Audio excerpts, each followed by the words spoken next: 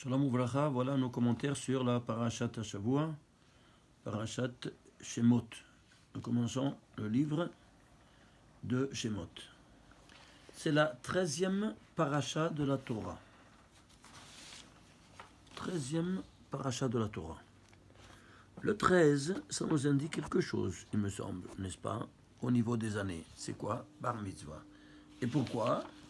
Parce que à 13 ans, on adopte, n'est-ce pas, même au niveau biologique, toutes les facultés pour pouvoir générer une vie. Et donc, on est à même de prendre ses propres responsabilités et donc de rentrer dans la communauté des adultes. Où elle commence donc la 13e paracha de la Torah, 61e colonne. Imaginez-vous ça. Il y a ici, elle commence ici, c'est-à-dire il y a un espace vide entre chaque livre, comme vous savez, de 4 lignes vides. Incroyable. Le Sefer Bereshit, il termine à la première ligne de la 61e colonne. Dis-moi, l'Éternel n'aurait pas pu faire un ordre et le mettre dans la 60e colonne. Pourquoi il met une ligne à la 61e colonne? Parce que si tu mets le pied, toi, dans le 61e colonne, c'est-à-dire que tu es avec le 61. Quoi donc? C'est quoi 61? Au niveau de la Kabbale, c'est le Keter qui s'appelle Ayin. Ayin, le Keter, c'est la première séphira, comme vous savez. Et c'est quoi ici? On prête de la fin du premier livre. Alors le premier livre, il est comparable au Keter de la Torah. Alors si c'est ainsi, voilà donc que Ayin, il sera à la 61e colonne. Il me faut une seule ligne pour se placer dans la 61e colonne. Très bien. Maintenant, ici, il y a 4 lignes vides. Pourquoi 4 lignes vides? Parce qu'il y a combien de lettres vides? Vous savez que chaque ligne doit avoir 30 lettres. Alors, Dieu a écrit la Torah avec 2 feux. Esh Shchora, Esh Levana. Un feu noir, c'est l'encre. Et le feu blanc, c'est le contour. Alors, même où il n'y a pas des lettres, il y a un espace vide comme ça, il y a des lettres blanches. Eh bien, ici, il y a un message qu'on n'a pas. Quand Mashiach viendra, il va nous le donner.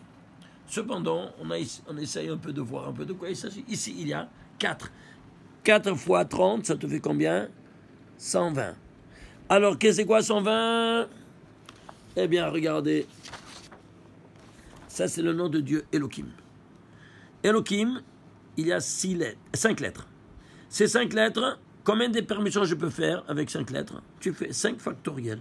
C'est-à-dire 5 fois 4, fois 3, fois 2, fois 1. Ça te fait 120. Les voilà, toutes les 120 permissions du nom Elohim. Vous voyez, Aleph, tu commences après le Lamed et le Hey, Yod et Mem. Ici, tu as Elohim à l'envers, ici à l'endroit. Donc, ici, il y a 120 rigueurs. Quand il y a un vide, il y a une rigueur.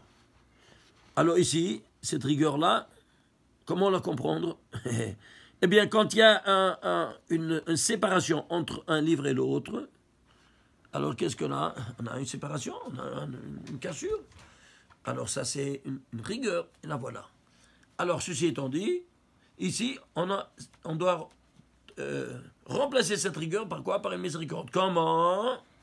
Alors maintenant, on rentre à être bar mitzvah. Et bar mitzvah à la 13e année. Alors ceci doit nous préparer. On doit se préparer, on ne va pas mettre le même jour. On met quelques mois avant les tefilin. Allons voir. Quelle ligne c'est? La 1533e ligne. Et je tiens à vous faire une correction de ce que j'avais dit la semaine passée. J'avais dit que ça c'était... Le Sefer Bereshit était 1534 versets. Non, c'est 1533, je me corrige, il y a eu une petite erreur, que tout le Sefer Bereshit, 1533 versets. Et ça, c'est donc Ve'el le Shemot, c'est le 1534e verset. Alors, dès que tu es bar mitzvah, alors ça rentre en jeu quoi? La miséricorde, parce que 1534, il s'est divisé par 2. 13 fois 59, plus 13 fois 59. Et c'est quoi 13? Les 13 attributs de miséricorde divine que nous connaissons. Ça, c'est le klal. Et 59, c'est quoi? Le nombre de lettres que la Torah a utilisées pour nous les rédiger. Donc ça, c'est le klal, ça, c'est le prat. Ça, c'est le klal, c'est le prat. À deux reprises, pourquoi? Soit pour l'homme, soit pour la femme. Donc, quoi donc? Ici, on rentre ici dans une double dimension de miséricorde. Qu'elle va s'exprimer où? Elle va s'exprimer plus tard, comme nous verrons. Maintenant, ces 120 là, comment on va maintenant les neutraliser? Eh bien, alors, voilà. Qu'est-ce qu'on va faire? On va étudier maintenant ce parallélisme entre ces deux parachutes. Ces deux livres. Un de Bereshit et l'autre de Shemot. Alors, ici, qu'est-ce qu'on a? On a le Sefer de Bereshit, il n'y a que 3 mitzvot. Le Perou Verivia, Brit Mila et Guidanaché. Seulement 3 mitzvot. Ceci étant dit, alors, seulement ça, c'est le Bereshit. Pourquoi? Parce qu'ils parlent tout d'un même sujet, comme vous savez. Ça, c'est le Perou, ça, c'est le Brit, et ça, c'est le Guidanaché. Pourquoi le Guidanaché? C'est-à-dire le nerf sciatique. On avait dit l'autre fois, vous vous souvenez, que c'est le nerf le plus long qui passe par les organes génitaux de la bête. Donc, c'est une autoroute de toutes les sensations bestiales de la bête qui arrive jusqu'à la tête, et ça doit être éliminé de la diète alimentaire du juif qui est préposé à étudier le domaine sacré, saint, et pas de ces sensations bestiales. Ceci étant dit, tous ces trois parlent d'un même sujet. Que tu les fasses, alors tu as un Bereshit, tu as un début, tu commences. Alors tout le reste vient par la suite. Alors maintenant, qu'est-ce que tu rentres? Tu rentres à un bar mitzvah, comment ça? Ve'el les Shemot. Alors, Shemot, combien ça vaut le mot Shemot? Ça fait 746. 746, tu prends les tagim, les lettres et les voyelles, ça te fait 797. 797, c'est Shemot, c'est au pluriel. Alors, tu fais 797 par 2, parce que le minimum c'est 2, les deux noms. Alors 2 fois 797, c'est combien? 1594. C'est quoi 1594? Tu prends les téphilines que tu mets sur ta tête, et chaque boîtier, les voilà les 4 parachutes qui contiennent 1594 lettres. Et ceci, comme tu te le dis. Mais qu'est-ce qu'il y a avant ici? VL Shemot. N'est-ce pas? Qu'est-ce que c'est VL Shemot? VL. Pourquoi VL? Combien c'est VL? 42. Pourquoi 42? Parce que ici, il y a, comme vous voyez, en jaune, des noms divins. Combien de noms divins ici? Dans la première paracha, il y en a 7. Dans le deuxième, il y en a 7 également. Vous voyez? Dans le troisième, il y en a 3. Dans le deuxième, il y en a 4. Total, 21. 21 dans le cube de la tête de Rashi et 21 dans le cube de la tête de Rabbeinu Tam. Ça te fait combien? 42. Shem, même bête que tu as. VL Shemot. Les voilà les noms. Allusion à quoi? Au nom divin, aux 42 noms divins que tu dois avoir. Tu dois être couronné dans ta 13e année du bar mitzvah. Shtabar Shemot. Alors, ceci étant dit, alors, ici, ce même 42, tu le retrouveras ici. Le point de départ, c'est tout ici dans Bereshit. Alors, viens le soir et nous dit, les 42 premières lettres de la Torah, en permutation, tu retrouves le nom divin de 42 lettres avec lequel le monde a été créé. Alors, tu as ici la même chose. À la tête de la Torah, et c'est à la tête de la Torah, dès le premier mot, VL, dès le premier mot. Et ici, les 42 lettres. Alors on te dit, voilà les noms, les 42 noms. C'est plus clair que ça? Eh oui, il faut mettre le doigt, sinon on ne le voit pas. Ben, malheureusement. Bon, comme ça, la Torah nous parle. Alors ici, on est au Théogan. On est au Théogan, et c'est quoi le Gan? Vous vous souvenez? C'est 3 fois 50. Oui, alors c'est Eden, Gan, c'est 3 fois 50. Et tu as fait 3 fois 50, tu arrives jusqu'à l'Eden, c'est quoi? Le pavillon. Ça c'est le jardin, ça c'est le pavillon. De nous jusqu'à la porte 50. Alors maintenant, ceci étant dit, qu'est-ce que tu fais?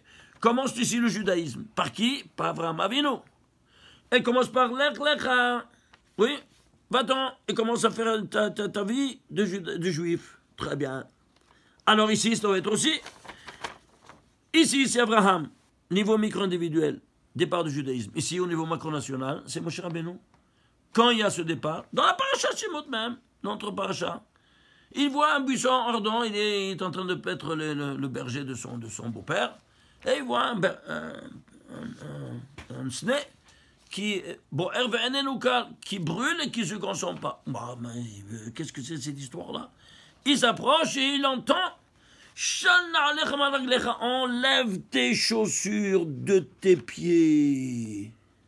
Regardez, ici, si tu prends les finales, Shal na'alecha me'al raglecha en jaune, c'est lech lecha. Donc ici tu as lech lecha au niveau micro-individuel et au niveau macro-national, en grand, à travers 4 mots. Alors ici c'est le départ, c'est le Bereshit du judaïsme. Ici c'est aussi un Bereshit, mais au niveau macro-national, comment? Fais la guématre de Shal na'alecha me'al raglecha, ça fait 913. 913 c'est quoi? C'est guématre Bereshit. Ishtabach chez moi. Ils sont chanceux, ces barbus. Comment est-ce possible? Non, dis-moi, tu ris. Hein? Mais c'est incroyable, hein? Et si tout ça ne suffisait pas, maintenant tu vas comprendre un peu plus maintenant, alors. Alors ici, qu'est-ce que tu as? Ce début-là, il a été une catastrophe. Pourquoi? Parce qu'il il s'est marié avant Shabbat, et il a enfanté Caïn et Hevel, 2 jumeaux. Et après, ça c'est l'aîné, ça c'est le cadet. L'aîné, il se lève et il tue le cadet. Alors il tourne en Gilgoul. Et ici, où ça? Ici, dans cette paracha-là, Aaron, 2 frères. 2 frères. Aaron, c'est l'aîné. C'est le Gilgoul de Caïn. Et Moshe, le cadet, c'est le Gilgoul de Hevel. Alors, ici, Caïn, il a regardé l'acte réparateur, comment ça fonctionne, c'est incroyable. Ici, il a fait un sacrifice que Dieu n'a pas accepté. Alors lui sera le sacrificateur du peuple que tous sacrifices sont acceptés. Pourquoi? Parce qu'il finance le tikkun. Ici, Hevel Havalim. Hevel Havalim, c'est quoi? Vanité des vanités. Et lui, Moshe Anav Mikol Adam, il était l'homme le plus humble de la terre. Tu vois la même carte d'identité? Hevel, un berger. Moshe, un berger. Vous voyez ça? Alors, ici, qu'est-ce qui se passe? Caïn, il a tué, il a déclaré guerre totale à Hevel, il a tué. Alors maintenant, Aaron, il doit faire le contraire. Quoi donc? Il va poursuivre la paix comme connaître au monde. Comme lui, Rodef Shalom Ba'olam. Et, en plus, il se mettra au service de son frère cadet. Vous voyez? Lui, il a dominé. Lui, il se met au service total. Alors, dans ces conditions-là, qu'est-ce qu'on voit? Que Moshe, il devient, lui, c'est le Gilgoul de Hevel. Alors, il devra... Quoi donc? Il devra donner la loi divine au peuple. Elle est enfermée ici dans ce mot Hevel. Regardez, Hevel s'écrit. Hey, c'est les 5 livres de la Torah qui commencent par un Bet de Bereshit et qui terminent par un Lamed de Israël. C'est toute la Torah, tout aussi en synthèse, alors lui il va les donner. Attends, si ce n'est que ça, tu crois que c'est le jeu du hasard? Voyons un peu ici maintenant. Ici, qu'est-ce qu'on a? On a ici la dernière phrase de Parashat Bereshit.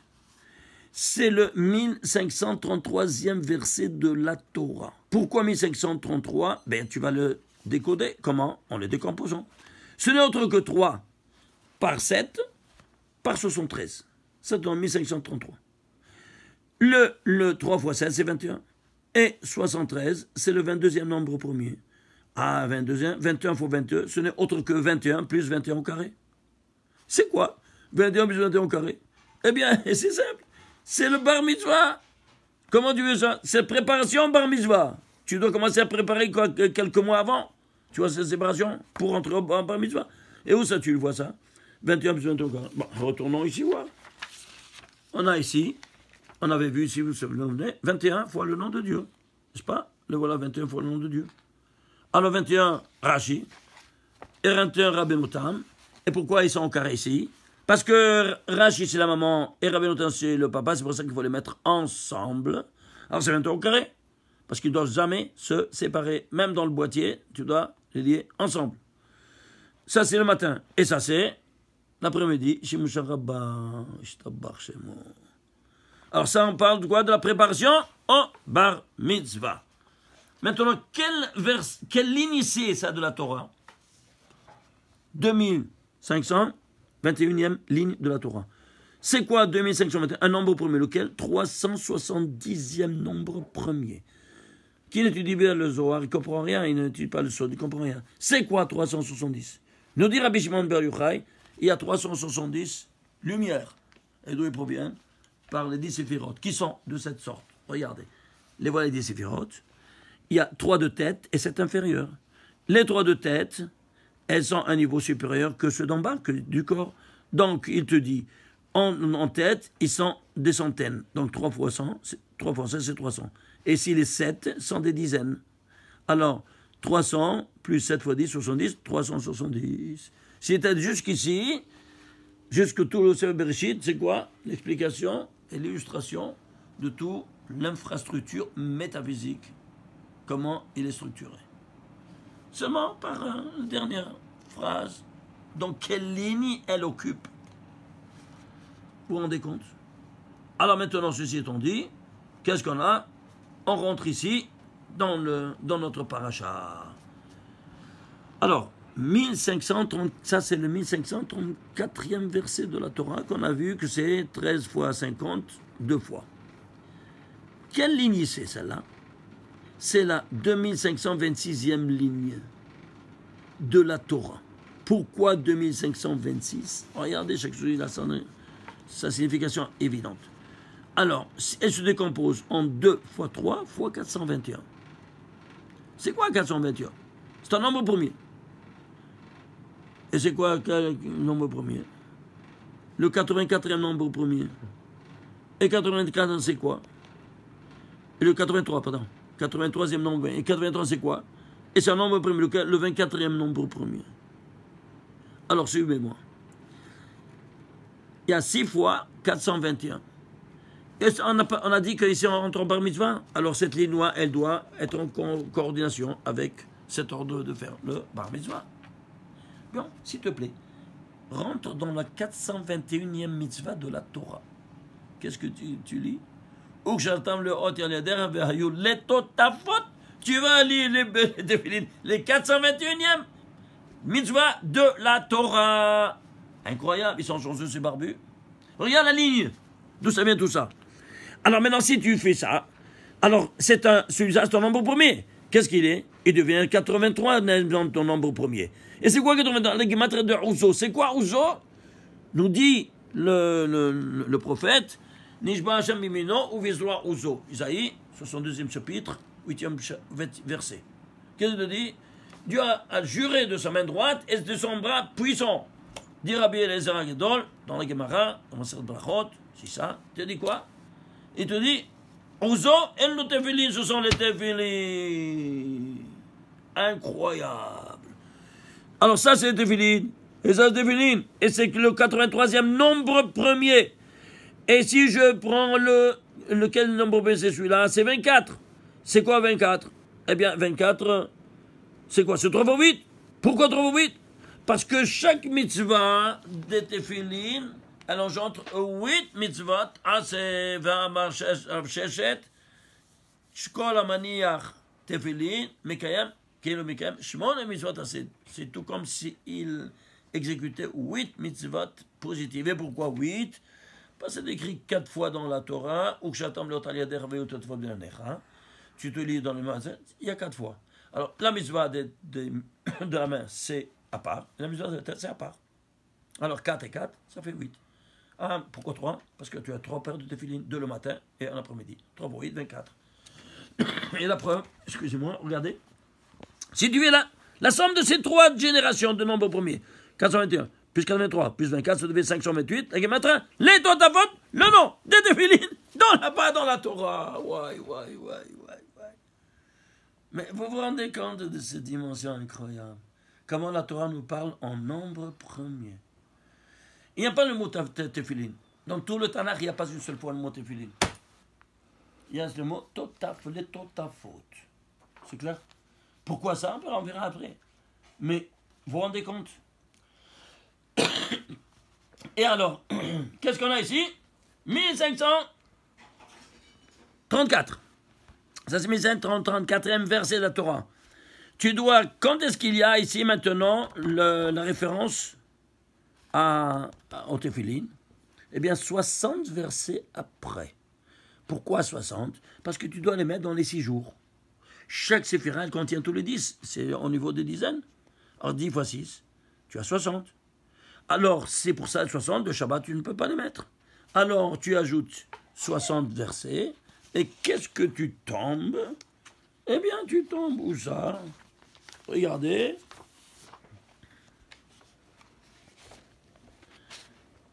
Ici, il se trouve devant le buisson ardent, il lui dit, ici, il me demande quel est ton nom, que dirais-je? Voyons, il va le dire, Dieu dit à Moshe, Eke Asher Eke, je serai ce que je serai. Voyons, mère, et qu'il lui dit encore, dit aux enfants d'Israël, Eke Shalachani Alachem, 3 fois Eke. Pourquoi 3 fois Eke? Combien ça vaut Eke? Je ne peux pas le prononcer parce que c'est un nom divin, un nom kadosh. On n'a pas le droit de le prononcer. Si tu lis tout le verset encore et encore. Et non, on doit éviter. Alors, Eke, ça fait Aleph, Hey, et puis Yod, et puis Hey. Tu dois même les séparer dans leur prononciation. N'est-ce pas? Ça fait 21. 3 fois 21, les voilà. Donc, quelle colonne? La 63e colonne de la Torah. Dans quelle ligne se trouve le premier et qui est la 21e ligne de la 63e colonne? Et les deux autres, la 21e ligne d'en bas.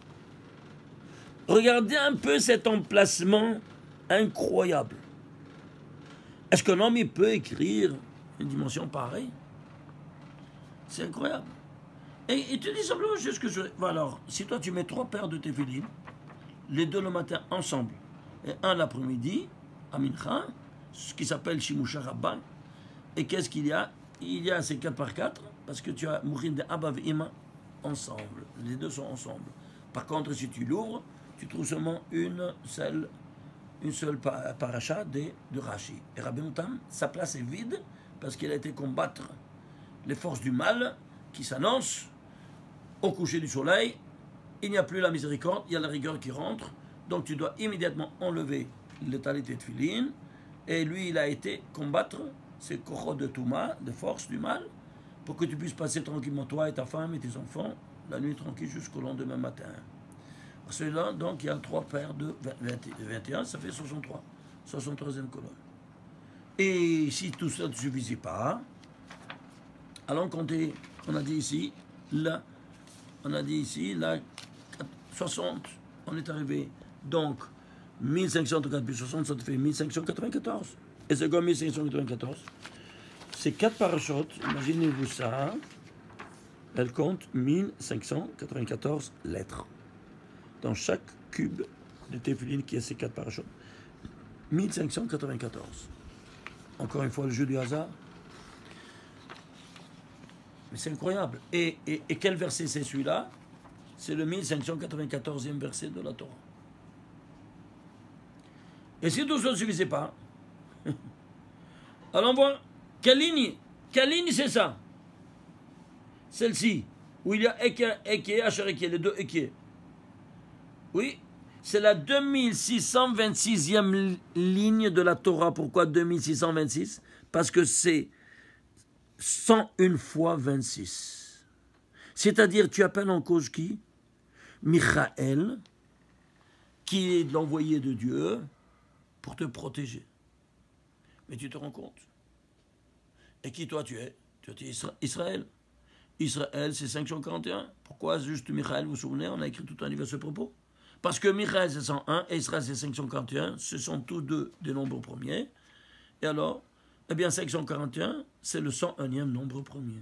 Voilà donc qu'il t'a fait sur mesure cette couronne triple que tu dois mettre sur toi par la volonté divine. Et si tu le fais parce que Dieu t'a commandé comme ça, tu ne comprends pas pourquoi, mais après tu vas comprendre. Mets-les et tu vas comprendre. On a écrit tout un livre à ce propos. C'est le 30e volume. Encore, on a plusieurs volumes encore à sortir. C'est déjà rédigé, mais il y a beaucoup de données techniques encore à remplir. Et alors, nous continuons ici. Ces dimensions incroyables. Alors maintenant, qu'est-ce qu'on a? On a ici ce qu'on vient de voir. avec cette paracha. Et nous voyons ici les 13 attributs de miséricorde divine qu'on a vu que le 1534e verset de Shemot engage. Il se trouve, les voilà. Où ça? Hashem Hashem, Ken Rachon Veranoun, ce que vous avez vu ici, n'est-ce pas? Ken Rachon Veranoun, les voilà, photographiés d'une colonne de la Torah. 13 attributs en 59 lettres. Quel verset c'est de la Torah? Le 2500e verset de la Torah. Pourquoi 2500? Parce que c'est 100 fois 25. 25 c'est quoi? Va au 25e mot de la Torah et tu vas comprendre. Le 25e mot de la Torah c'est or. Or c'est la lumière. 100 fois cette lumière. Pourquoi 100? Parce que c'est le Samer même. Tu l'as éliminé, le Samer même. C'est clair? Ça c'est la force de ce 2500e verset de la Torah. Et si tu veux voir la ligne c'est 4233e ligne de la Torah. Pourquoi? Alors on l'a décomposé. 3 fois 17 fois 83, de nouveau 83. Tu vois ça? De quoi il s'agit? Tu vois ça? Et alors 80 c'est 24. Ici, 3 c'est la base. 17 c'est le 8e nombre premier. 3 fois 8, 24. 24 fois 24 un nombre premier. Alors si tu fais le carré de 24, c'est quoi? 567, c'est quoi? C'est 2 fois 288, Ishtabar Shemo. Pourquoi 2 fois 288? C'est quoi 288? Rappelez-vous. Bon, je le rappelle en vitesse. Après la faute d'Adam Arishon, Akadosh Baruch Hu, il a dit, je ne vais plus retourner comme avant, n'est plus, malheureusement, parce qu'il y a la mort. Il n'y a que 288 étincelles de sainteté qui sont maintenant à vos dispositions, que vous pouvez en jouir. Il s'agit de les libérer chaque jour, n'est-ce pas, d'où elles sont tombées à cause de nos innombrables péchés. Et alors, on doit nous faire toutes des actions pour les élever. Et ça, c'est le avodat de chacun de nous. Ça, c'est le culte qu'on doit faire au niveau de la Shekhinah pour libérer la Shekhinah qui est tombée au service, au domaine des Korot d'Atoma, Ba'avonotenu Arabim, à cause de nos innombrables péchés. Et pourquoi ici à 2 reprises? Parce qu'il y a ici l'homme et la femme, de quoi on parle? On parle ici d'une double dimension toujours. Elle est toujours présente. Et où elle se trouve ici? Imaginez-vous la 101e colonne de la Torah. Une fois de plus, le jeu du hasard, c'est quoi ça? Comment est-ce possible qu'on a toutes ces dimensions incroyables qui retombent à longueur de journée? La naissance de Moshe Rabbeinu, c'est la paracha dont on parle. Et qui c'est donc qui va la sauver? La fille de Pharaon. Et qui c'est la fille de Pharaon? Écoutez-moi, regardez ici. Caïn, il retourne au Gilgul dans plusieurs personnages. Allez voir dans chaque Gilgulim, Caïn, 2 points, Aaron, Paro, Yitro, un tas d'autres personnages. Korach. Alors maintenant, Caïn, il retourne chez Paro. Alors, Caïn, il était minorité de bien, il était chez Aaron. Et majorité de mal, il ira chez qui, par exemple? Chez Paro. Il veut encore le tuer. Alors il s'enfuit. Mais pourquoi il a tué Caïn, son frère? Parce que son frère, il était né avec 2 jumelles. Et lui avec une seule jumelle. Il était jaloux de sa deuxième jumelle, il l'a tué et il a pris comme ça. Alors, dans ces conditions-là, qu'est-ce qu'il fait? Il retourne par an et il enfante une fille qui s'appelle Batia et il va la donner que maintenant, elle va sauver son ex-mari dans le Gilgul précédent, qu'il va le mettre dans un berceau, sa sœur, à la merci des eaux. Et pourquoi elle le met à la merci des eaux? C'est l'unique enfant qu'on a essayé de sauver de cette manière. Pourquoi? Il faut comprendre le pourquoi. Alors, qu'est-ce que c'est que les eaux? Les eaux, c'est le 2e jour. Le 2e jour, là, qu'ils ont été créés, c'est l'unique jour où il n'a pas aidé Vayarlokim Kito. Pourquoi? Parce qu'ils se sont disputés les eaux supérieures et inférieures, et voilà pour ces disputes, Akadosh Baruch Hu, il a dit, il ne peut pas mettre le mot Tov dans ce 2e jour. C'est pour ça que le Tov du 2e jour ira au 3e jour, il y a 2 fois le mot Tov. Alors, il ne faut pas faire des mariages le lundi. Le lundi soir, ça va, mais pas le lundi avant le coucher du soleil. C'est clair. ou bien des contrats de grande envergure, c'est pas convenable. Alors, dans ces conditions-là, parce qu'il n'y a pas le mot tov. Alors, qu'est-ce qui s'est passé? Que les eaux, ils ont apporté pratiquement la marloquette dans le monde, la dispute, que la femme, elle va mettre en exécution, et elle a fait la marloquette entre le ciel et elle. Et alors, à cause des eaux, que la mort est venue. Alors maintenant, qu'est-ce qu'ils doivent faire les eaux? Ils doivent réparer à ce drame qu'elle a causé. Et comment elle va faire? Eh bien, le premier victime, c'est qui? C'est Hevel, qui a été tué. Alors, il retourne Gilgoul.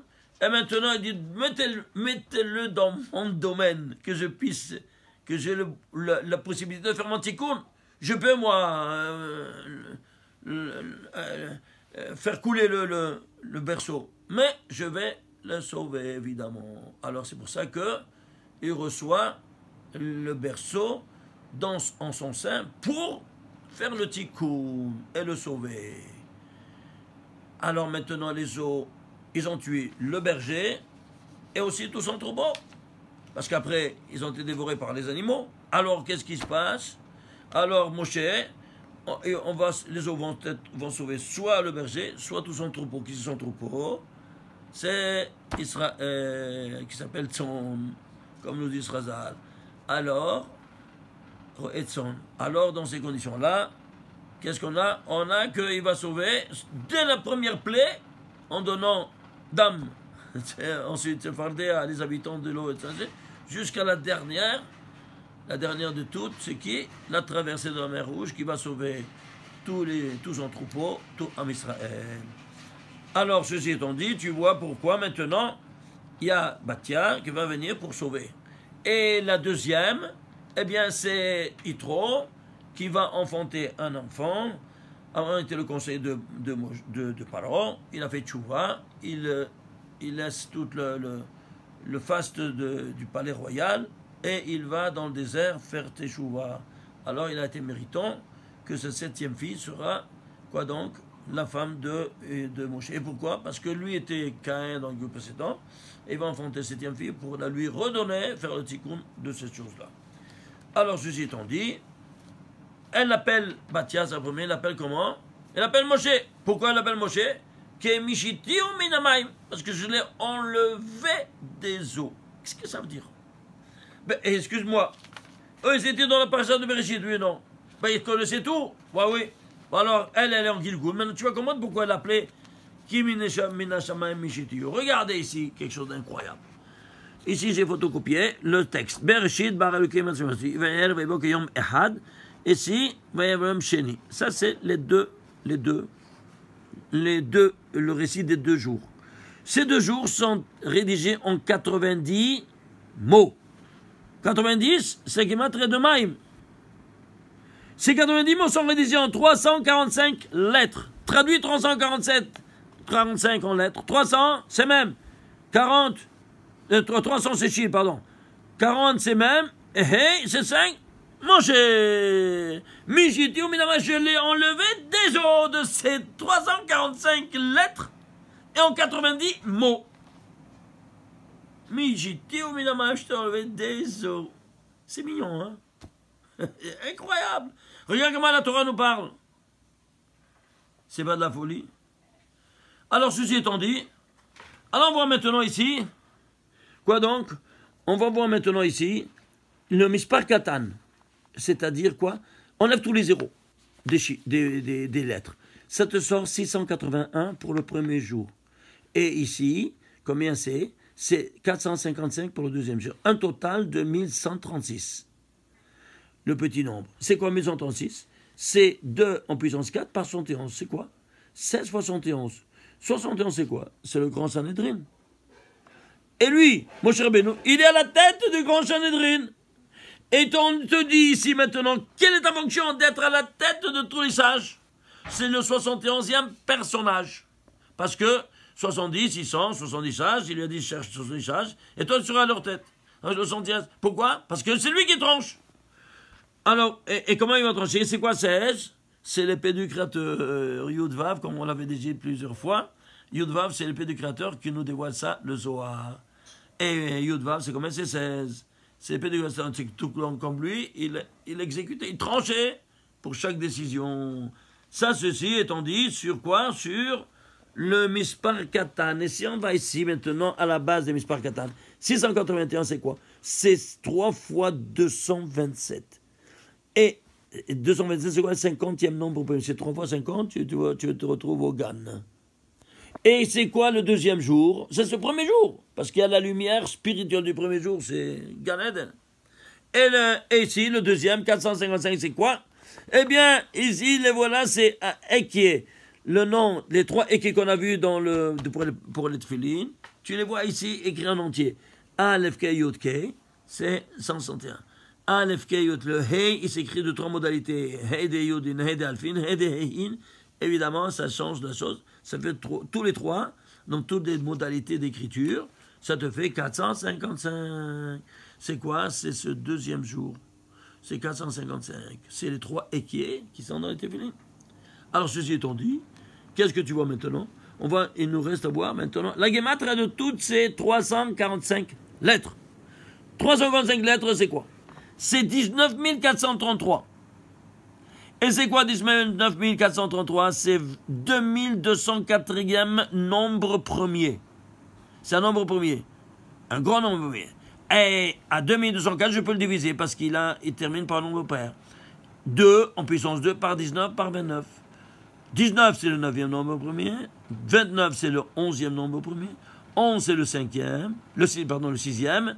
Le 6, c'est 2 fois 3. Le 9, c'est 3 en puissance 2. Et 2, je le sens ici. Tu fais le produit de tout ça, ça devait être 216. C'est quoi 216? Imaginez-vous ça. C'est le volume des 2 tables de la loi. Elles étaient 6 tefah par 6 par 3. 6 par 6 par 3, ça fait 108. C'est quoi 108? Je ne sais pas. Traduis-le en lettres. 100, c'est kouf. 8, het, ça fait hak. Et c'est quoi on parle? Des tables de la loi. Ah, ils étaient 2. 108 plus 108, 216. C'est-à-dire, ici, la guématrie de tout ça, il te dit, non seulement le nom de Moshe Rabbeinu, et d'où il a été pris, et non, maintenant tu prends la guématria de toutes ces 345 lettres de son nom, et il te dit qu'est-ce il est venu ici dans ce monde pour nous ramener. Tu te rends compte tout ça? Pas un seul mot se dit, seulement caché du caché, du caché, du caché, du caché, du caché. Est-ce que tu vois ces dimensions incroyables? Bon, je vous donne un peu de matériel, vraiment de réflexion. Si un homme il peut écrire toutes ces dimensions-là sans rien dire, passez un bon Shabbat avec ses réflexions. Shabbat Shalom Umevorach.